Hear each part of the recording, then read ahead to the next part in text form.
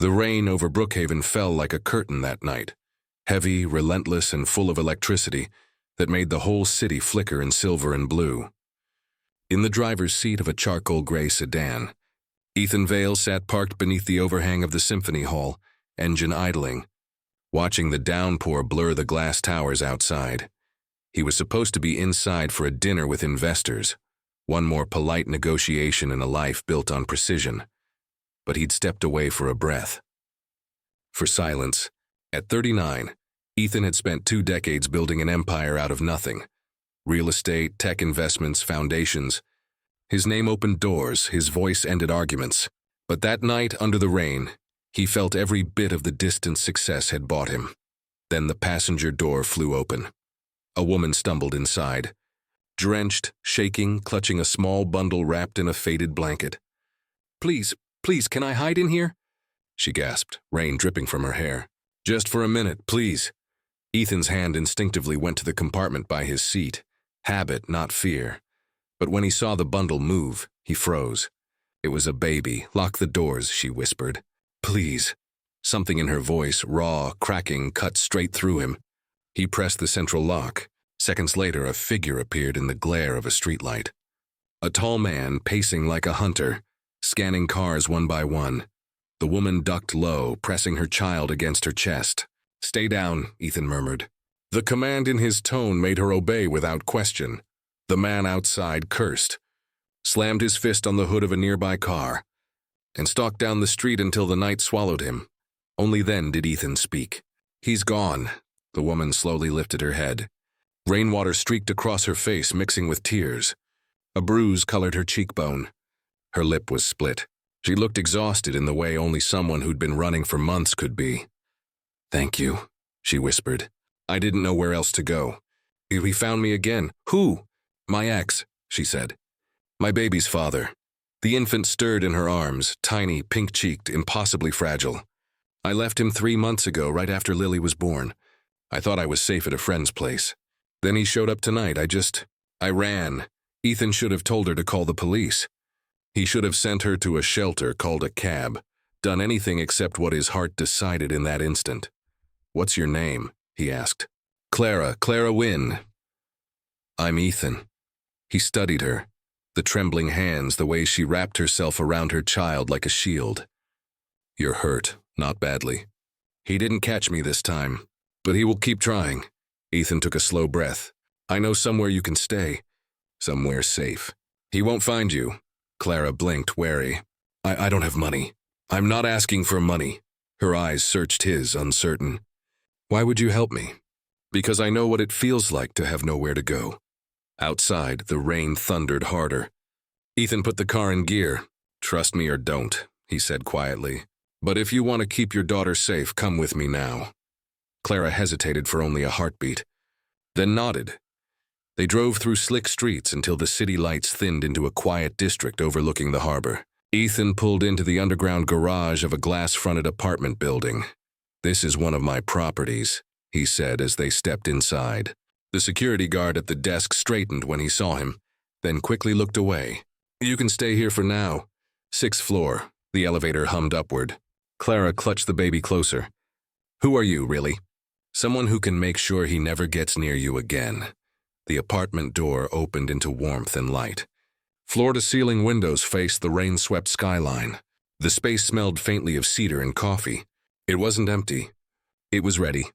A stocked kitchen, folded linens, even a small nursery with toys neatly arranged on the shelf. Clara turned in disbelief. "Why would you have this just sitting here?" "I use it sometimes," Ethan said. "For business." It wasn't entirely a lie. He often used these apartments for witnesses in corporate cases. Partners needing to disappear from headlines. People who'd trusted him to protect what mattered. "There's food in the kitchen," he said softly.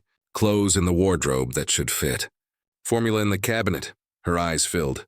"There's a nursery." "The last person who stayed here had a child," he explained. She sank onto the couch, still holding Lily. "I don't understand you." Ethan met her gaze. "You don't have to." In the days that followed, he told himself his visits were practical. He brought groceries, checked security cameras, fixed a faulty heater. But each time he stayed a little longer. Clara was polite but cautious. She kept her distance, focusing on Lily. Yet sometimes he'd catch a glimpse of her old self, when she laughed at the baby's gurgle or hummed under her breath while folding tiny clothes. "You don't have to keep checking on us," she told him one evening. "We're fine. I just want to be sure you're safe." Clara hesitated. "Ethan, I'm grateful, but I need to understand. Men don't help women like me for nothing." He looked at her a long moment. "I don't want anything from you." "Then why?" "Because someone should have helped my mother," he said quietly. "And no one did," she blinked, surprised. "What happened to her?" Ethan leaned against the counter, eyes distant. "She spent years hiding from a man who liked control more than love. I was 10 when he finally left. She worked 3 jobs, never slept, never trusted anyone again. I swore I'd become someone who could protect people like her." "I'm sorry," Clara whispered. "Don't be. It made me who I am. But I don't want you to live the way she did. Afraid every time the phone rings." That night after he left, Clara stood at the window watching the rain streak the glass. For the first time in months, she slept without fear. 2 weeks later, her ex found them. Ethan's phone buzzed at 3 a.m., an alert from his private security network.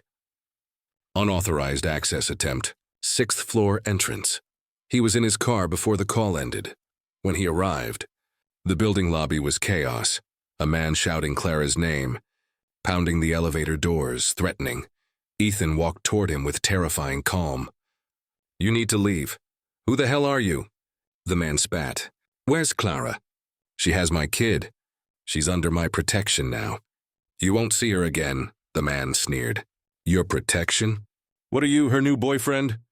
Ethan's voice dropped to a level colder than rain. "Call the police if you'd like. I'll show them the report she filed, the ones she dropped after you threatened her, the hospital photos, the witnesses. Shall I list them?" The man's face paled. "How do you—" "I know everything, including the debts you owe and the people who'd love to collect." Ethan stepped closer. "You have 2 choices. Walk away and never come back, or find out what happens when you touch something I've sworn to protect." For a moment, the man tried to stand tall. Then something in Ethan's eyes broke him. He turned and fled into the rain. Ethan exhaled slowly, the tremor in his hands betraying what the calm had cost him. Then he went upstairs. Clara was awake, clutching Lily. "He was here, wasn't he?" "Yes," Ethan said softly. "But he won't be back." "How can you be sure?" "Because I made him understand." She studied him. "You're not just some businessman, are you?" He gave a faint, humorless smile. "That depends on who's asking. Should I be afraid of you?" He met her eyes. "Never." She crossed the room, heart hammering. "Then who are you, really?" He hesitated, then said, "I built a company that buys other people's nightmares and turns them into something livable. When I see danger, I fix it, legally mostly. But sometimes, I make sure justice lands where it should." Clara reached up, her hand trembling as she brushed the bruise on his knuckle. "Thank you." The simple touch unraveled something inside him. For years he'd lived behind contracts and glass walls, convinced kindness was weakness. Now, in the soft glow of a nursery lamp, a stranger's gratitude felt more powerful than any deal he'd ever made. Months passed. Ethan arranged legal protection for Clara, restraining orders, custody papers, a new identity where needed. He hired an attorney known for being both brilliant and terrifying. He moved her into a safer apartment, then gave her a job in one of his design subsidiaries. Clara flourished. She had always been organized, intuitive, quietly brilliant. Her colleagues loved her calm presence. Her daughter became the heart of the office. Ethan stopped pretending he came by for business updates. He came because he couldn't stay away. Lily learned to toddle down the hallway shouting his name, "E-Fun," until he scooped her up. Clara learned to laugh again, to cook again, to trust that the doorbell didn't always mean danger. One evening, 6 months after that night in the rain, Ethan arrived to find Clara making dinner, Lily in a high chair throwing pasta like confetti. "She likes you," Clara said, smiling. "She has good taste." They ate together, an ordinary meal that felt like grace. Afterward, when Lily was asleep, they sat on the couch, the city glittering beyond the windows. "I got a job offer," Clara said quietly, "in another city. good pay benefits. A new start.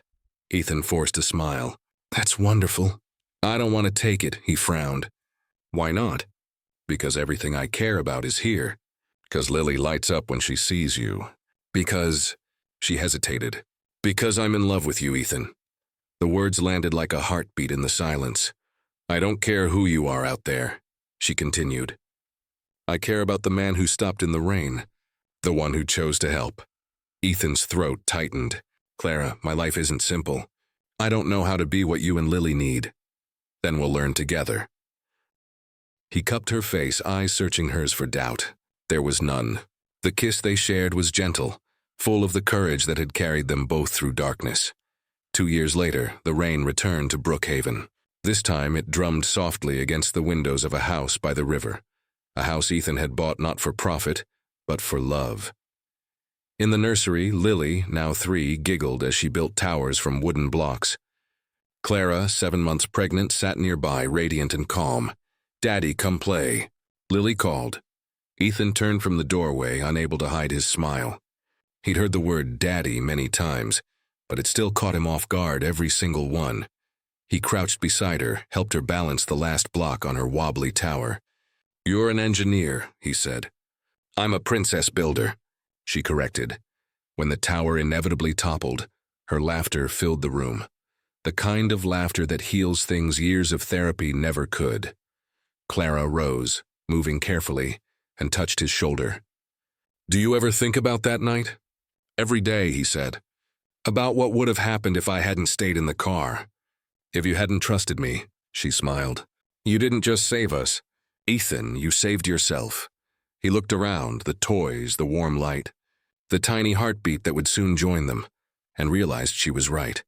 He had spent a lifetime believing love was a luxury reserved for safer men. But love, he had learned, wasn't about safety. It was about courage. The courage to open the door when someone knocks.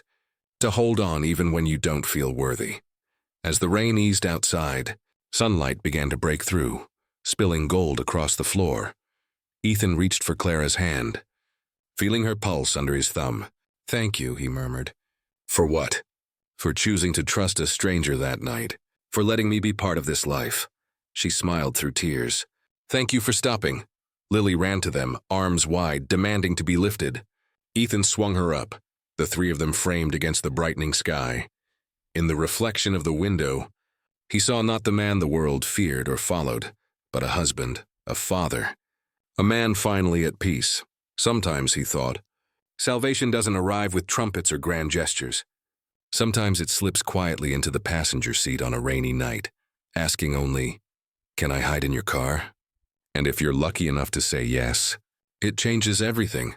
If this story touched you, please like, share, and subscribe for more true-to-life tales about compassion, redemption, and the quiet power of human kindness. Tell us in the comments what you believe about second chances and how one small act can rewrite an entire life.